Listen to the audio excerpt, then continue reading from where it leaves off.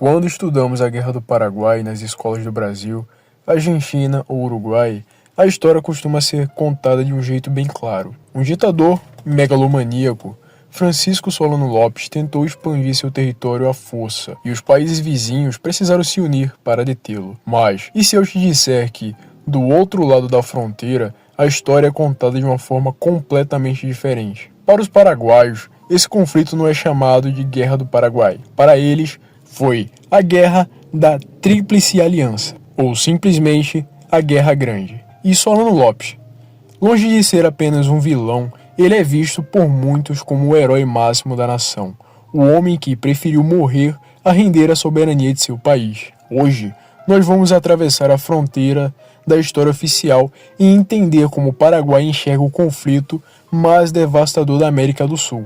Prepare-se, porque a visão dos vencidos vai mudar a forma como você entende essa guerra. Para entender a visão paraguaia, precisamos voltar no tempo, para o Paraguai de antes de 1864. Na historiografia tradicional brasileira, o Paraguai era visto como um país atrasado, governado por tiranos, mas, dentro do Paraguai, a narrativa construída ao longo do século XX, especialmente pela chamada historiografia revisionista, pinta um quadro bem diferente. Segundo essa visão, o Paraguai era uma potência emergente, sob o governo de Carlos Antônio Lopes e depois de seu filho, Francisco Solano Lopes. O país teria alcançado um nível de desenvolvimento único na região.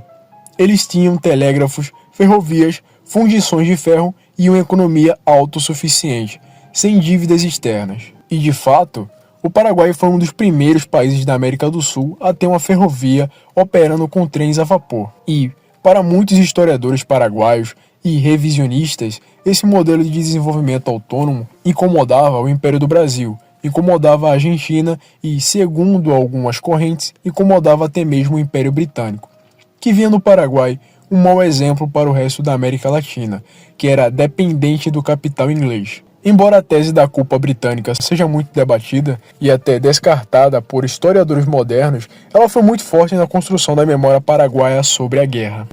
E como a guerra começou na visão deles? Bem, não foi um ataque de loucura de Solano Lopes. Para o Paraguai, a guerra foi uma resposta a uma agressão imperialista.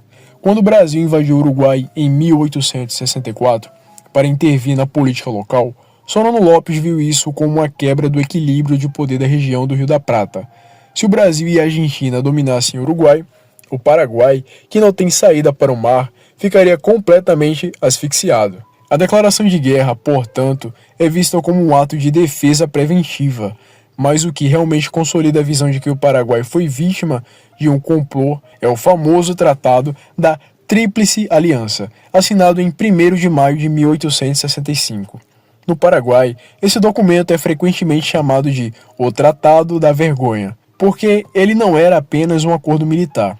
O tratado estipulava que a guerra só terminaria com a queda de Solano Lopes, impunha pesadas indenizações ao Paraguai, exigia livre navegação dos rios, o que interessava muito ao Brasil e à Argentina, e o mais grave, já dividia territórios paraguaios entre os vencedores antes mesmo da guerra acabar. Para os paraguaios, o tratado provava que o objetivo real dos aliados não era derrubar um ditador, mas sim destruir e desmembrar a nação paraguaia. E aqui chegamos à figura mais polêmica, Francisco Solano Lopes.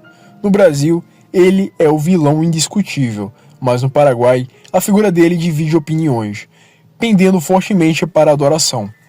Após a guerra, Lopes foi demonizado até mesmo dentro do Paraguai pelos governos que se instalaram sob a tutela dos aliados. No entanto, a partir da década de 20 e 30 do século passado, governos nacionalistas começaram a resgatar sua imagem.